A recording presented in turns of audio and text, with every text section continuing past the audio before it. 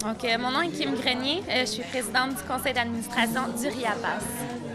Mon nom est Linda Gervais. Je suis la coordonnatrice du RIAPAS, qui est le réseau d'information et d'aide aux personnes assistées sociales. Donc, ce soir, on est ici présentement pour fêter le 25e anniversaire de l'organisme. Un cœur fidèle, un diamant. Le RIAPAS de Châteauguay, un organisme qui vient en aide aux assistés sociaux, a souligné son 25e anniversaire sous la formule d'un 4-7. Par le fait même, ils en ont profité pour présenter leur toute nouvelle plateforme web. Voici un résumé de l'événement. Ni de l'or, ni de l'argent. Oh, oh, oh. Donc, il y a 25 ans, c'est des citoyens qui se sont réunis pour se faire un comité qui pourrait venir défendre les droits des personnes assistées sociales. Donc, depuis 25 ans, on œuvre à cette cause-là. Donc, on travaille très fort pour essayer de faire changer les choses. 25 ans de défense collective de droits, c'est beaucoup de travail, c'est de longues luttes. Je sais que le RIAPAS a commencé dans un sous-sol d'un autre organisme qui s'appelait Renouvie. Maintenant, Renouvie est le quartier des femmes.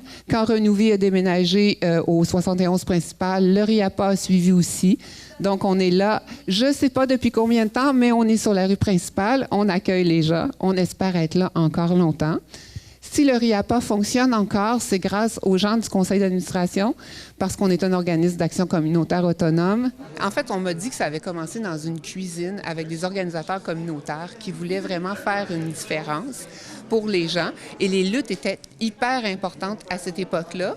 Mais il y a encore des luttes qui sont là. Et donc, on continue les luttes qui ont été enclenchées il y a 25 ans. Donc, on continue à dire que chaque personne a droit à un chèque. On continue à défendre le droit à un revenu minimum garanti.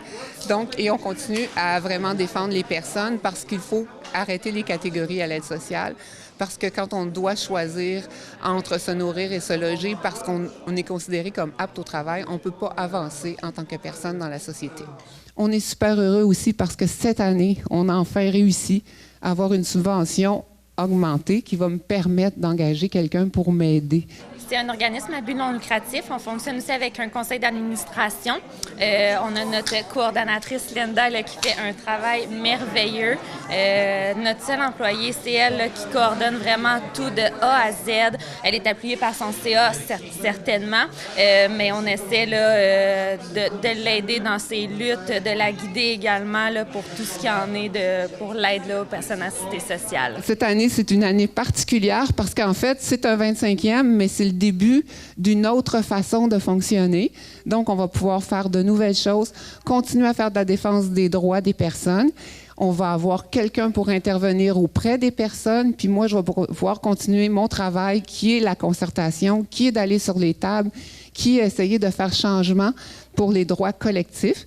D'ailleurs, lundi, on a eu la chance de rencontrer le président du Conseil du Trésor pour lui parler des problématiques soulevées par la pauvreté des gens. Donc, j'étais super heureuse de faire ce job-là, d'aller dire au président du Conseil du Trésor que nos gens ont faim, que nos gens ont de la difficulté. Donc, pour moi, c'était hyper important. Donc, la défense des droits des personnes assistées sociales, c'est important pour le RIAPAS et ça va continuer longtemps. Parce qu'il ne faut pas oublier que l'aide sociale, c'est un droit, c'est pas un choix. On couvre environ 3 MRC. Oui. 3 MRC, donc on s'entend, on est situé à Châteauguay, mais on se déplace. C'est ce qu'il y a de plus important. On s'entend, là, les personnes en cité sociale, il y en a quand même beaucoup présentement et ils n'ont pas tous accès encore à l'aide complète auquel ils auraient droit. Donc, c'est pour ça que nous, on est là et qu'on veut faire valoir les droits de ces gens-là. Même si c'est un alcoolique, même si c'est un drogué, même si c'est un problème d'attitude, de compréhension, n'importe quel problème que vous surmontez avec lui. Vous êtes des étoiles venues des anges. Vous portez dans vos cœurs et dans vos mains la vie des gens. Merci énormément pour tout ce que vous faites. On va aujourd'hui inaugurer un nouveau site web. On a amélioré notre logo aussi pour améliorer notre image. Puis en plus de ça, ça faisait longtemps qu'on avait quitté Facebook et là, on revient sur Facebook.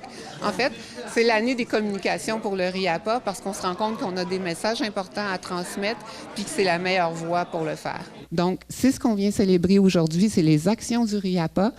On va vous présenter notre nouveau site web. On a réussi à faire ça. La photo d'entrée est magnifique.